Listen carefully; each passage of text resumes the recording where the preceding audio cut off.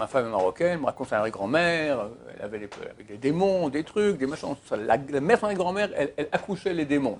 Elle était accoucheuse, une fois ils l'ont fait accoucher, ils ont mis un bandeau, descendre comme ça, elle a accouché une démon. Ça te fait peur, voilà. Bon, c'était monnaie courante, ces choses-là, d'accord. Ici à la Yeshiva, il y a eu quelques cas de démons, je ne vais pas vous faire peur, d'accord. Il y a 2-3 élèves qui m'ont, à des époques différentes, qui m'ont dit qu'ils étaient dans leur lit, qu'ils étaient immobilisés. Puis ils voient devant une sorte de forme comme ça, et ils ne peuvent pas bouger, et ils ont une trouille terrible. Et c'était des gens sérieux, c'était pas des... Ça te fait peur aussi, ça fait peur, je ne vais pas... Il y a un camp dans les chambres, il y a un qui étudie ici tard la nuit, puis il entend la porte qui s'ouvre, puis il entend des pas comme ça, donc la porte qui s'ouvre. Ils n'osaient pas se tourner, d'accord. Alors je ne sais pas si c'était quelqu'un qui est passé en courant pour aller aux toilettes, ou je ne sais pas, mais bon, à 2h du matin, une fois, 2 fois, 3 fois. Bon, il y a eu quand même des cas dans les chambres. Voilà, bon, une fois, il s'est fait griffer dans la douche, il a vu, il y a eu une marque comme ça, carrément. Bon, ça arrive. Moi, je n'ai jamais entendu parler de choses pareilles, ça me fait un peu rigoler.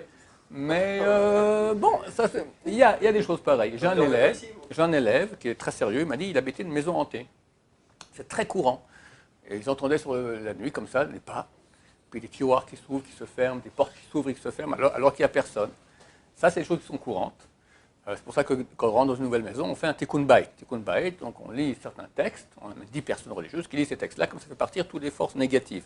Et des fois, quand on ne fait pas ça, ça peut être très, très, très nocif. J'ai quelqu'un qui était dans mon collège, il étudiait, son fils de 8 ans décédé, et pauvre, alors Alechem, et alors Ben Bachol qui lui a dit, tu as fait un tikkun bayit, il lui a dit non, encore maintenant tu le fais.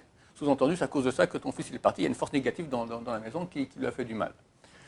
Donc, il y a des choses pareilles. Une fois j'étais à Strasbourg, une fois j'ai fait un week-end là-bas.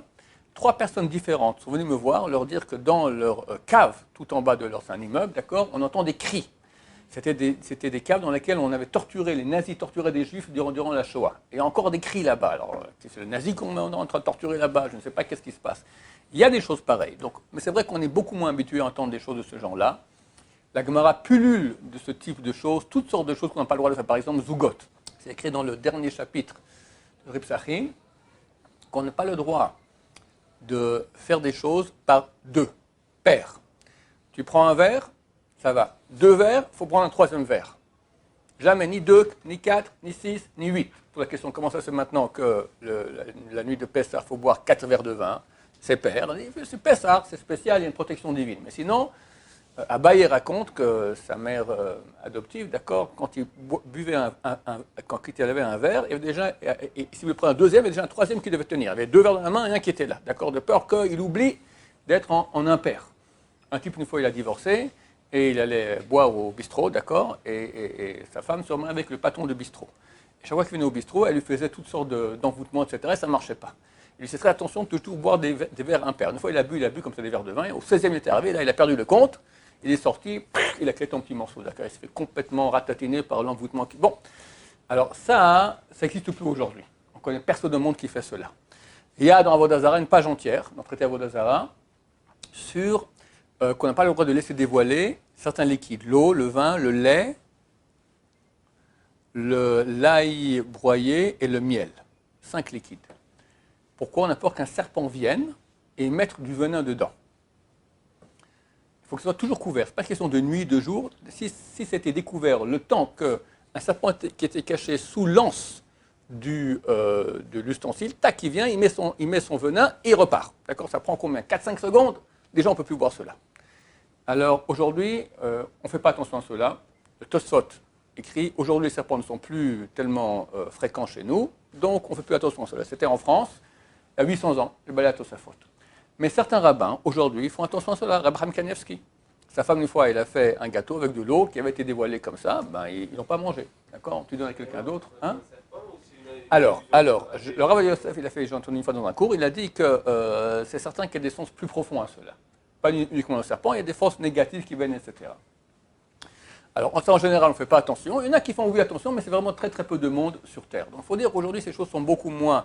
Le D-Book, c'était une chose. Il y a un livre qui a été traduit maintenant en français, il vient de sortir enfin, d'accord, le Rav Chacham Yudaftaya, les démons, les fantômes racontent, les esprits racontent, d'accord. Lui était spécialisé dans déposséder les gens possédés. Il raconte comment des dizaines de gens, comment il les a dépossédés. Je crois que même Shabtai Tzvi, ou même Oto Haïsh, ou même Shabtai Tzvi, donc qui était le faux Messie, il est venu dans quelqu'un et il a réussi à le réparer.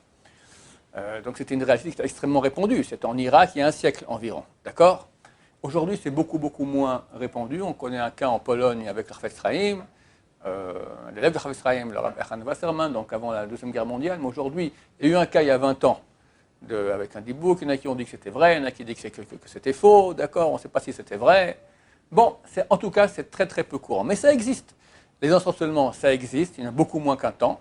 Je rappelle quelqu'un qui est shomer mitzvot comme il se doit. Il a les mitzvot à la maison, il a fait le tikkun bayit, il fait Shabbat, il fait ses brachot avant, après avoir mangé, etc. Normalement, il n'a pas à craindre des envoûtements du tout.